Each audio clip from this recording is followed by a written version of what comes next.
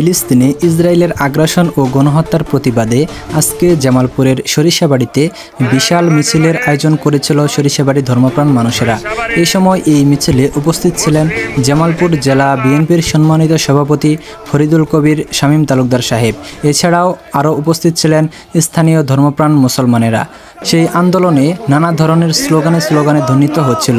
সেই সময় তারা ইসরায়েলি প্রোডাক্ট বয়কট এবং অন্যান্য স্লোগান দিয়ে সেই মিছিলটি তারা সফল করেছে। বিস্তারিত দেখুন প্রতিবেদনে।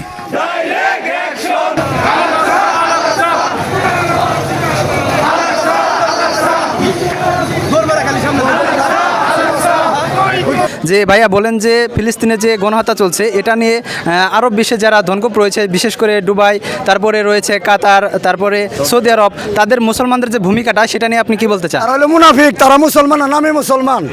ওরা মদ জুয়ে নিয়ে ব্যস্ত আছে।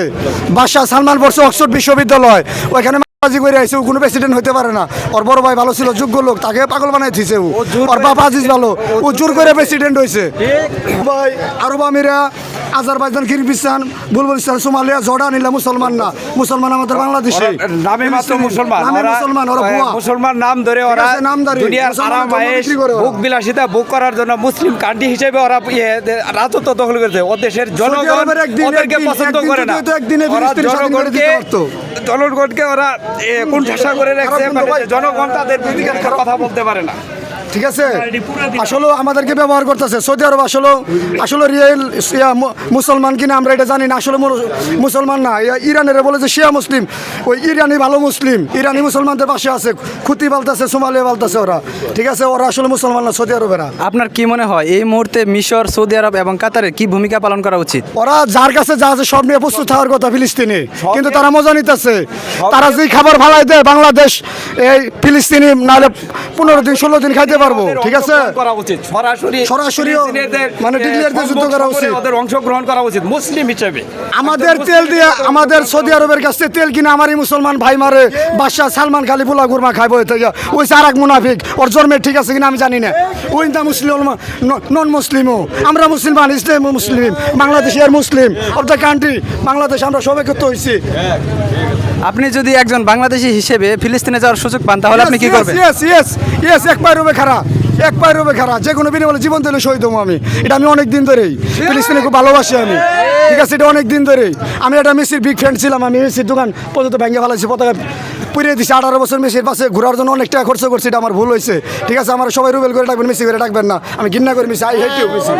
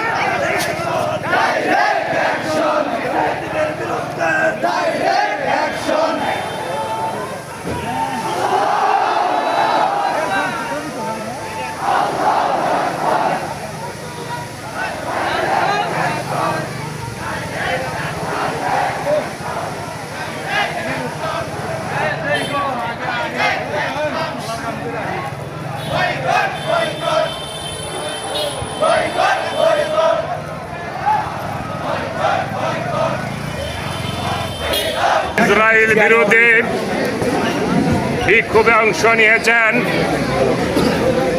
জনাব হাবিবুর রহমান ফারুক ভাই সহ মাওলানা ফজলুল হক সহ সম্মানিত নেতৃবৃন্দ, আমার পরম শ্রদ্ধেয় মুরব্বিয়ান এবং সর্বস্তরের মুসলমান ভাইয়েরা আসসালামু আলাইকুম। সংগ্রামী ভাইয়েরা আমার, আমরা দীর্ঘদিন যাবৎ আমরা লক্ষ্য করছি এই ইসরায়েল একটা বাস্তুহারা মানুষ ছিল। তারা একটি সময়ে ফিলিস্তিনিদের কাছে সাহায্য চেয়ে তারা কিছু লোক ফিলিস্তিনের গাজায় বসবাস শুরু করে। পরবর্তী সময়ে আস্তে আস্তে তারা সেই এলাকাগুলোকে দখল করে এখন ফিলিস্তিনকে দখল করতে চাচ্ছে। সেই কারণে আজকে ফিলিস্তিন গাজা সহ ফিলিস্তিনের মুসলমানদের উপর যে বর্বরচিত হামলা হচ্ছে, যেভাবে বোমা চতুর্দিক থেকে আক্রমণ করছে, তাতে গাজা এবং ফিলিস্তিনের লক্ষ লক্ষ শিশু সহ আমাদের মুসলমান ভাইরা মৃত্যুবরণ করেছেন। আমরা তাদের জন্য রুহের মাগফিরাত কামনা করি। ইন্না লিল্লাহি ওয়া ইন্না ইলাইহি রাজিউন। সংগ্রামী সাথী বন্ধুরা আমার, ইসরায়েল কোনোদিনই ফিলিস্তিনের কাছে টিকতে পারে না।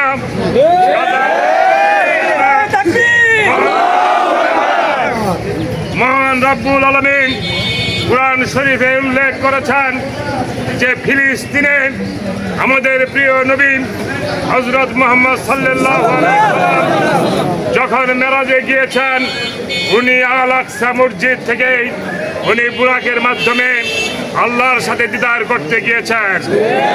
আমি সাথী বন্ধুরা আমার, ফিলিস্তিনে এইভাবে নবী রাসূলের অনেক পদচারণা আছে এবং অনেক নবীদের জন্ম এই ফিলিস্তিনে হয়েছে। এই ফিলিস্তিনি মুসলমানরাই একটা টাইমে সারা বিশ্বকে, মুসলিম বিশ্বকে নেতৃত্ব দিবে। শুধু ইসরায়েল বাহিনী নয়, ইসরায়েল ইহুদি নাসারা নয়, যত ইসলাম বিরোধী যত জাতি গোষ্ঠী আছে সবগুলোকে মুসলমান জাতি ঐক্যবদ্ধ করে ধ্বংস করে দিবে। প্রশ্ন, এই দীর্ঘদিন যাবৎ ফিলিস্তিন এবং গাজার উপর যেভাবে হামলা হচ্ছে, আজকে 200-300 কোটি মুসলমানের দেশগুলো আজকে নীরব। তাই আমি বর্তমান সরকারের মাধ্যমে আমরা জানাতে চাই, এই মানুষ, এই দেশের মানুষ সাহসী মানুষ, এই দেশের মানুষ ভাষা আন্দোলন করে ভাষাকে পাকিস্তান থেকে ছিনিয়ে এনে আমরা বাংলা ভাষা চালু করেছে। স্বাধীনতা সংগ্রাম করে আমরা স্বল্প শক্তি নিয়ে পাকিস্তানের সাথে যুদ্ধ করে এই দেশের বীর সেনারা সেই দিন দেশকে স্বাধীন করেছে। তাই মুসলমান জাতিকে ভয় পাওয়ার কোনো কারণ নেই। সরকারের কাছে উদাত্ত আহ্বান থাকবে, যদি বিশ্বের কোনো মুসলিম দেশ থেকে এই গাজায় না যেতে চায়, বাংলাদেশের মুসলমানদেরকে আপনি ভিসা পাসপোর্টের ব্যবস্থা করবেন।